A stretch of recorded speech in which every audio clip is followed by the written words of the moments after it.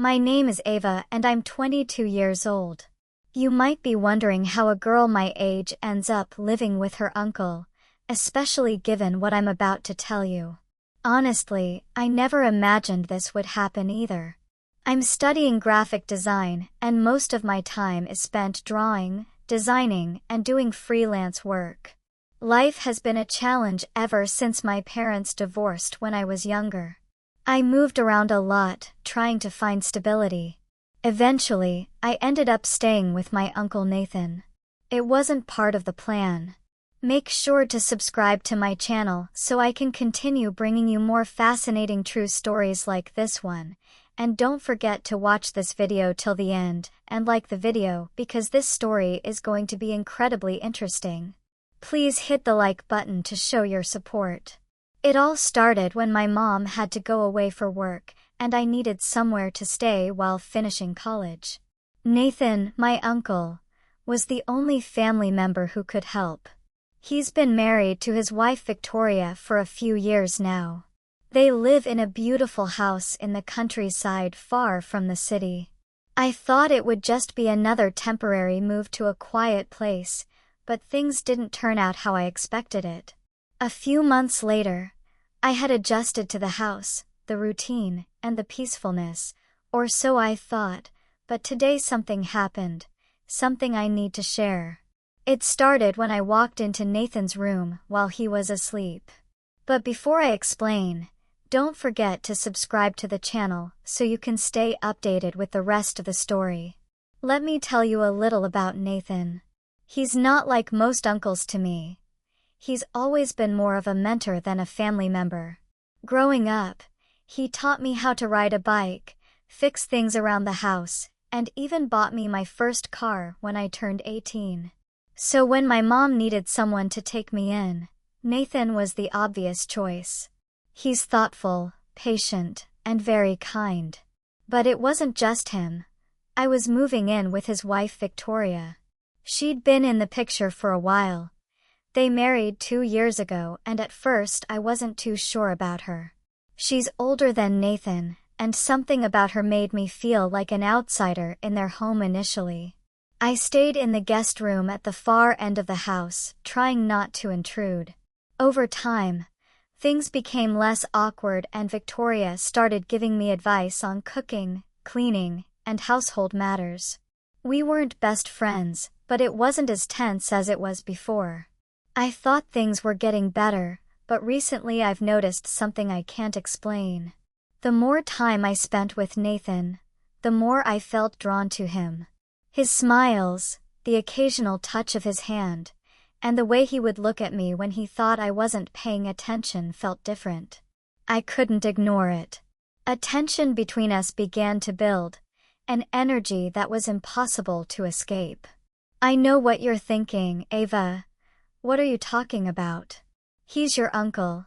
It sounds crazy, I know, but this connection is undeniable.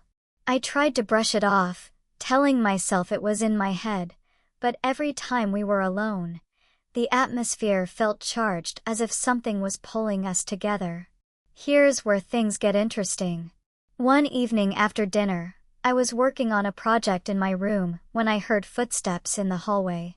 Nathan had been napping for hours and Victoria was out with friends. We were alone. I didn't think much of it at first, but then I heard the door to his bedroom creak open. I froze for a second, unsure whether to leave him to rest or go inside, but something pulled me toward him. Quietly, I opened the door, trying not to disturb him. He was lying on his back, one arm behind his head, looking peaceful as he slept. The light from the window cast soft shadows over his face, making him look almost untouchable. I stood there for a moment, my heart racing. I could feel my face flush, my pulse quicken. I'd never felt this way before. Maybe I just wanted to look at him, or maybe it was something more. I didn't know. My thoughts were interrupted when I accidentally knocked over a vase near his bed. The sound made Nathan stir. His eyes opened and for a brief moment, we locked gazes. There was confusion in his eyes, but something else too, something I couldn't quite name. He blinked a few times, trying to focus on me, then let out a groggy laugh. Ava, what are you doing here?" he asked, his voice thick with sleep. My heart was racing as I struggled to find the right words. I didn't want to look like I was snooping, but I didn't know how to explain myself. My mouth went dry. "I didn't mean to wake you," I stammered, feeling embarrassed. Nathan sat up slowly, rubbing his eyes. He smiled at me, the same kind, patient smile he always gave, but today there was something different in his eyes, something that made my heart race. He studied me for a moment before speaking again. "It's okay," he said gently. "You know you can always talk to me, Ava. I'm here for you." I nodded, but my mind was spinning. I didn't know how to deal with the strange feeling. The room felt heavy, and I could feel my breath coming faster. "I just wanted to talk," I whispered. Nathan's smile faded just a little, and I thought I saw a brief hesitation in his eyes before it vanished. He patted the bed next to him. "Come here, then. You can always talk to me," he said warmly. I stood there for a moment, unsure, but something inside me pushed me forward. Without thinking, I sat next to him. The tension between us was thick, heavier than ever. I could feel the heat of his body next to mine, his cologne filling the air. We were so close that I could hear his breathing and feel the rise and fall of his chest. With each breath, my heart raced again, and slowly, almost in slow motion, I looked up at him. Our faces were so close that I could feel his warmth. His gaze was soft, unsure, but there was something else, a spark that made my skin tingle. "Are you okay?" Nathan asked gently. Before I could answer, I leaned closer to him. My pulse was racing and my breath caught in my chest. I couldn't explain it, but everything felt so intense, as though the air itself was charged. Nathan didn't pull away. His eyes held mine with quiet intensity. He didn't speak, but his breath quickened, mirroring mine. The room felt warmer. The silence between us deepened with unspoken words. My mind was in a whirlwind. Everything had led to this moment. I couldn't stop myself. Slowly, I leaned in, my lips trembling as if I were in a dream.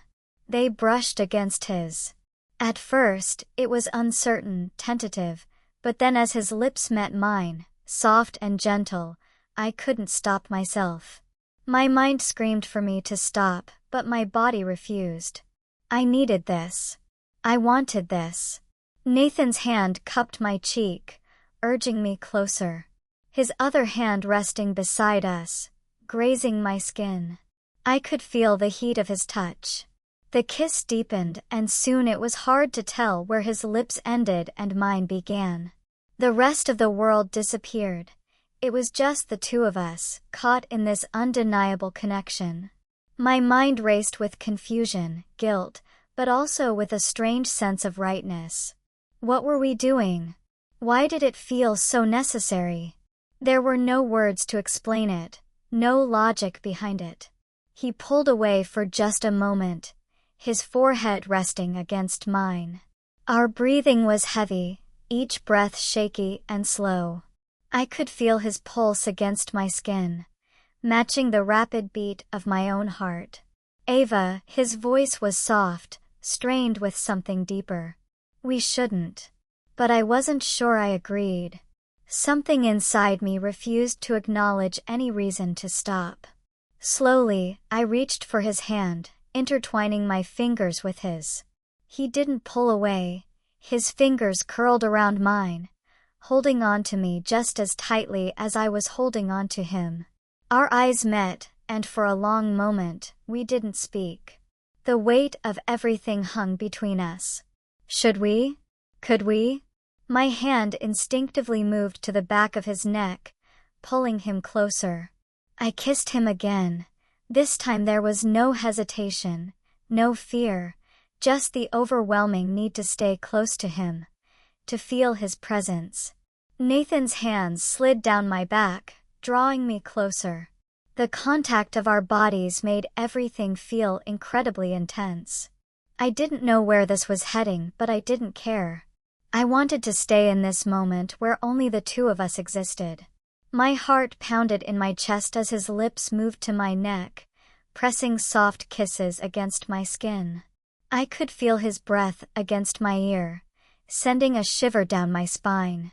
It was unlike anything I had ever felt before, intimate, consuming, and deeply wrong yet thrilling in a way I couldn't explain. "You're sure about this?" he murmured against my skin, his voice thick with desire. "I don't want to hurt you." I closed my eyes, trying to find my voice. Everything inside me screamed to stop, to pull away, but I couldn't.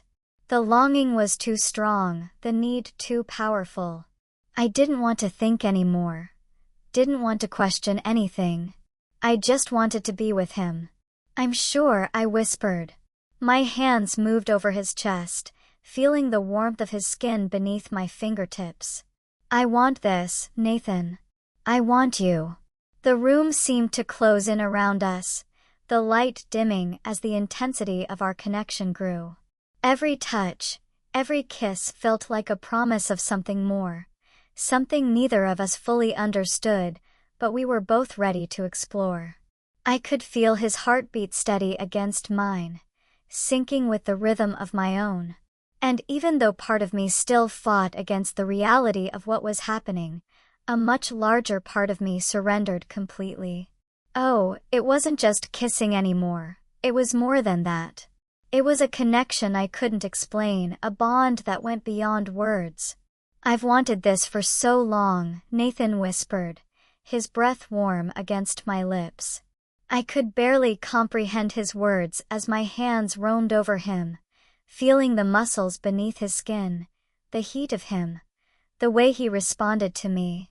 But there was no turning back now, there was only the pull between us, drawing us closer in a way neither of us had expected. Time seemed to stand still as we lost ourselves in each other, in the quiet rhythm of our kisses, the warmth of our touches. And for the first time, everything felt right in the stillness of the room. We were no longer just uncle and niece.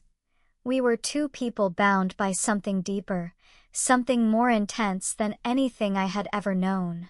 The air between Nathan and me hung thick with tension. Neither of us moving, neither of us speaking. The silence was suddenly shattered by the sound of the front door opening downstairs. We froze. My heart racing, and I quickly pulled away from Nathan. Panic flooding my chest. What had we just done? What was happening between us? The guilt washed over me, but it was mingled with something else, desire. I couldn't ignore it. It felt trapped between the moment we had just shared and the reality that we were entangled in something we couldn't easily undo. Nathan didn't move right away. His eyes were locked on mine, but his expression was unreadable. I could feel the heat between us, the lingering closeness that hadn't yet dissipated. "Ava," he whispered, his voice strained before he could say anything more. The sound of footsteps echoed up the stairs. Nathan heard a voice I immediately recognized. My heart sank. It was Victoria. I quickly jumped off the bed, my breath quick and shallow. I didn't know what to do. My mind raced in every direction, but I couldn't think of a way out of this. Was I really going to face her after what had just happened? The door to Nathan's room creaked open, and there she was, Victoria, standing in the doorway, surprise written all over her face. Her eyes flickered between Nathan and me, confusion crossing her features as she took in the scene. "Ava? Nathan, what's going on here?" she asked, her voice uncertain, but there was something else, an intuition, maybe, that told her something was wrong. I could feel the blood drain from my face.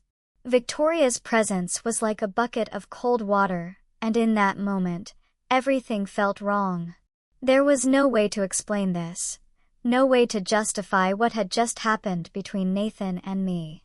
My throat tightened as I struggled to find the words. I stammered, unsure of what to say. Nathan, now sitting on the bed, looked just as lost, his hand rubbing the back of his neck, clearly embarrassed, unsure how to explain it. Victoria's gaze moved from him to me, and there was an unspoken understanding between us. It was as if in that single moment, everything shifted. Victoria knew something had happened, something that shouldn't have. But her reaction wasn't what I expected.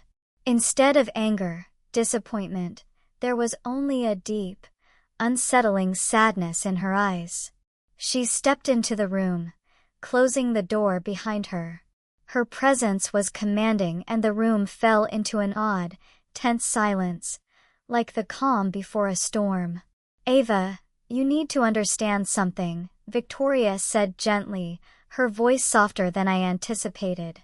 "There's more to this than you realize, more than either of you understand." I looked at her, confusion flooding my mind. What did she mean? What more was there? The silence lingered even after Victoria left, her words hanging in the air, leaving a mark on both of us. Despite all the confusion, that moment forced us to confront the truth. In the days that followed, the house was filled with uncomfortable silences and awkward glances.